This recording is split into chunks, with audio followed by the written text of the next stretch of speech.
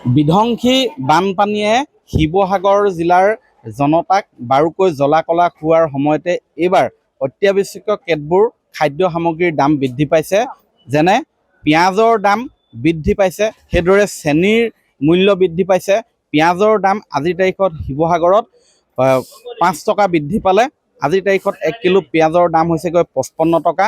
সেইদৰে চেনিৰ দাম এক সপ্তাহত 9-10 টকা বৃদ্ধি পালে। আজিৰ তাৰিখত প্ৰতি কিলো চেনিৰ দাম হৈছেগৈ 64ৰ পৰা 66 টকা। মই বৰ্তমান শিৱসাগৰৰ কেন্দ্ৰীয় বজাৰত আছোঁ। এই কেন্দ্ৰীয় বজাৰত মই প্ৰথমে ইয়াত গ্ৰাহকো আছে। বাইদেউ, আপোনাৰ ওচৰলৈ আহিছোঁ। পিঁয়াজৰ দাম হঠাৎ বৃদ্ধি পালে 5 টকাকৈ, চেনিৰ দামো 9-10 টকাকৈ বৃদ্ধি পাইছে, কি ক'ব? হয়, গাঁৱৰ ৰাইজ প্ৰজা চব দুৰৱস্থা হৈছে বস্তুৰ কাৰণে। বস্তু ইমানেই দাম, চলিবলৈ বহুত সমস্যা হৈছে। তাৰমানে কমটি হ'ব লাগে, বহুত কষ্ট হৈছে। এতিয়া চাকৰি কৰা মানুহে দৰমহা পাইছে বেলেগ কথা, যিবোৰ কষ্ট কৰি খায় সেইবোৰে খাবলৈ একেবাৰে সমস্যা হৈছে। সাধাৰণ পৰিয়াল মানুহ চলিবলৈ একেবাৰে দুৰৱস্থা হৈছে। মানুহ ভাত সাজৰ কাৰণে হাহাকাৰ হৈছে। হয়, মই ব্যৱসায়ী প্ৰতিষ্ঠান এখনৰ ভিতৰলৈ আহিছোঁ। মই জানিব বিচাৰিম, দাদা, মই পুনৰ আপোনাৰ মুখেৰে জানিব বিচাৰিছোঁ, চেনিৰ দাম কিমান হৈছে? চেনিৰ দাম বৰ্তমান 64 টকা পাই। কেই টকা বাঢ়িলে? 55 টকা আছিলে, প্ৰায় 9 টকা বাঢ়িছে আজি 10 দিন 15 দিনৰ ভিতৰত। এই দাম বৃদ্ধিয়ে কেনেকুৱা ধৰণৰ প্ৰভাৱ পেলাব পাৰে গ্ৰাহকৰ মাজত বা আপোনালোক? দাম বৃদ্ধিয়েতো প্ৰভাৱ পেলাবই, কাৰণ কথা এটা কৈছোঁ, মানুহৰ হাতত পইচাও থাকিব লাগিব ন।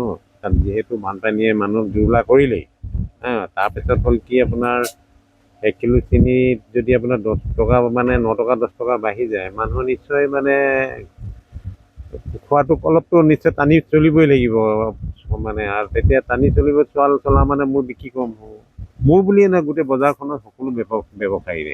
কি কাৰণে বাঢ়িছে, কিবা অনুমান কৰিব পাৰিছে? সেইটো তেনেকুৱা একো অনুমান কৰিব মানে, কাৰণ আমি ৰিটেইল চেলাৰটো, কাৰণ আমি একদম জেগালৈকে মানে ইমান দূৰ যাবহে নোৱাৰোঁ। হয়, দাম কিয় এনেধৰণে বৃদ্ধি পাইছে সেয়া জানিব পৰা নাই, কিন্তু এই দাম বৃদ্ধিয়ে যে বাৰুকৈ জ্বলা-কলা খুৱাইছে সেয়া সকলোৰে আচলতে জ্ঞাত।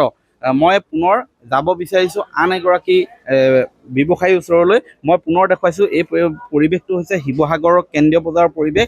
মই এগৰাকী পিঁয়াজৰ ব্যৱসায়ীৰ ওচৰলৈ যাম।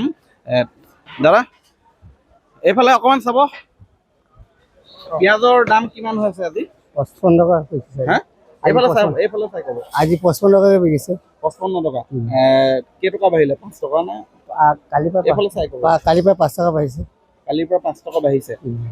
কি কাৰণে বাঢ়িছে কিবা গম পাইছে নেকি? নাই পোৱা। 1 কিলো পিঁয়াজৰ দাম 5 টকাকৈ বাঢ়িছে।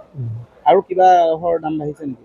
না, আলু পিঁয়াজ দাম একে, আগৰ দাম একে আছে, পিঁয়াজৰ দাম বাঢ়িছে ন?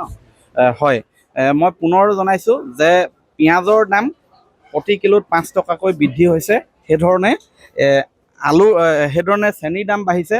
মই আৰু এগৰাকী ইয়াতে আছে গ্ৰাহক। দাদা, চেনিৰ দাম বাঢ়িছে? চেনিৰ দাম বাঢ়িছে। কিমানকৈ বাঢ়িলে ইয়াত? এতিয়া আমিতো 65 বিকি আছোঁ। 65, 9-10 টকা বাঢ়িলেগৈ। প্ৰথমতেতো 50 টকা আছিল, হয়, 50 টকাৰ পৰা এতিয়া বাঢ়ি 65 হ'ল।